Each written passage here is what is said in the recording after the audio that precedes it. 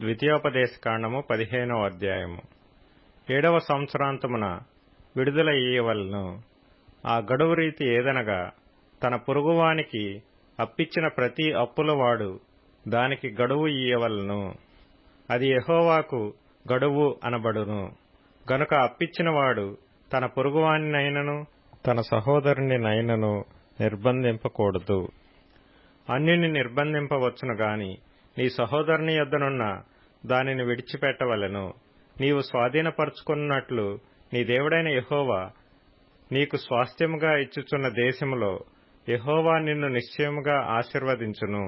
కావున నేడు నేను నీకు ఆజ్ఞాపించుచున్న ఈ ఆజ్ఞలనన్నిటినీ అనుసరించి నడుచుకొనుటకు నీ దేవుడైన యెహోవా మాటను జాగ్రత్తగా వినిన ఎడల మీలో బీదలు ఉండనే ఉండరు.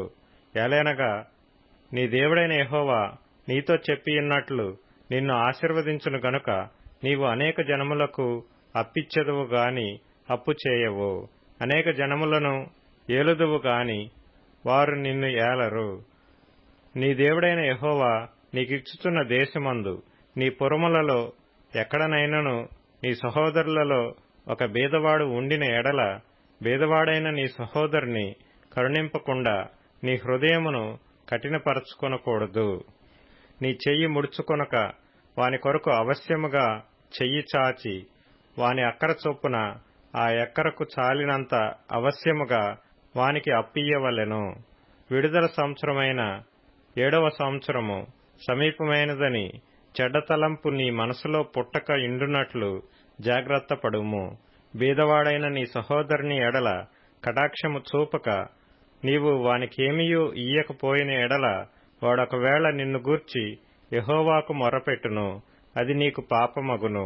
నీవు నిశ్చయముగా వానికి ఇయ్యవలెను. వానికిచ్చినందుకు మనసులో విచారపడకూడదు. ఇందువలన నీ దేవుడైన యెహోవా నీ కార్యములన్నిటిలోనూ నీవు చేయు ప్రయత్నములన్నిటిలోనూ నిన్ను ఆశీర్వదించును. బీదలు దేశములో ఉండక మానరు. అందుచేత నేను దేశములోనున్న నీ సహోదరులకు దీనులకును బీదలకును అవశ్యముగా నీ చెయ్యి చాపవలనని నీకాజ్ఞాపించుచున్నాను.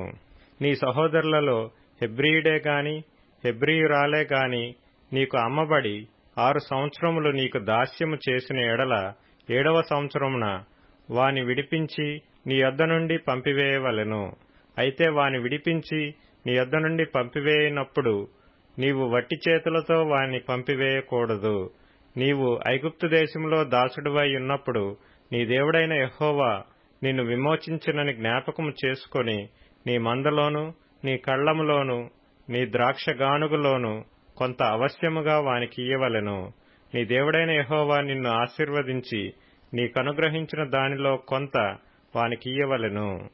ఆ హేతువు చేతను నేను ఈ సంగతి నేడు నీకాజ్ఞాపించియున్నాను.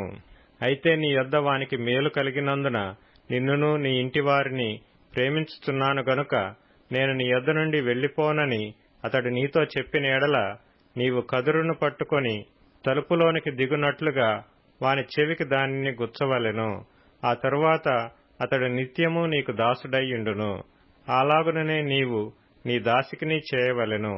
వానిని స్వతంత్రునిగా పోనిచ్చుట కష్టమని నీవు అనుకొనకూడదు. ఏలైనగా వాడు 6 సంవత్సరములు నీకు దాస్యం చేసినందున జీతగానికి రావలసిన 2 జీతముల లాభము నీకు కలిగెను. అలాగైతే నీ దేవుడైన యెహోవా నీకు చేయి వాటన్నిటి విషయములో నిన్ను ఆశీర్వదించును. నీ గోవులలోనేమి నీ గొర్రెమేకలలోనేమి తొలిచూలు ప్రతి మగదానిని నీ దేవుడైన యెహోవాకు ప్రతిష్ఠింపవలెను. నీ కోడెలలో తొలిచూలు దానితో పనిచేయకూడదు. నీ గొర్రెమేకలలో తొలిచూలు దాని బొచ్చు కత్తిరింపకూడదు.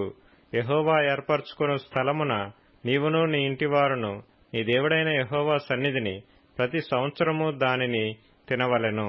దానిలో లోపము అనగా దానికి కుంటితనమైనను గ్రుడ్డితనమైనను మరి ఏ లోపమైనను ఉండిన ఎడల నీ దేవుడైన యెహోవాకు దాని అర్పింపకూడదు.